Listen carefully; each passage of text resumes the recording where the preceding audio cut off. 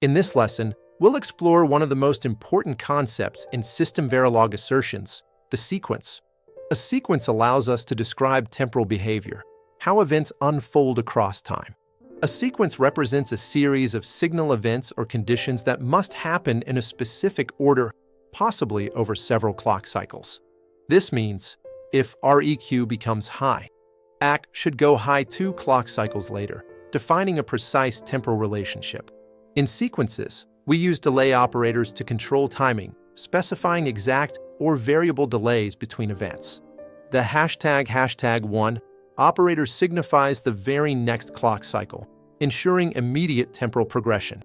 The ##1:3 operator indicates a delay between 1 and 3 clock cycles later, allowing for a flexible window.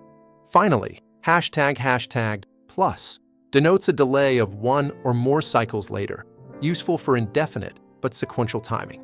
This checks that ACK arrives within 1 to 3 cycles after REQ, perfect for protocol timing checks. Sequences can also be combined using powerful operators to build more complex temporal expressions. The AND operator requires both sequences to occur, though their end times can differ. The OR operator means at least one of the sequences must occur, providing flexibility in conditions. The within operator ensures one sequence happens entirely inside another's time frame, defining containment. In real verification, we use sequences inside properties and assertions to model critical protocol checks. These include request, acknowledge handshakes, ensuring proper communication flow.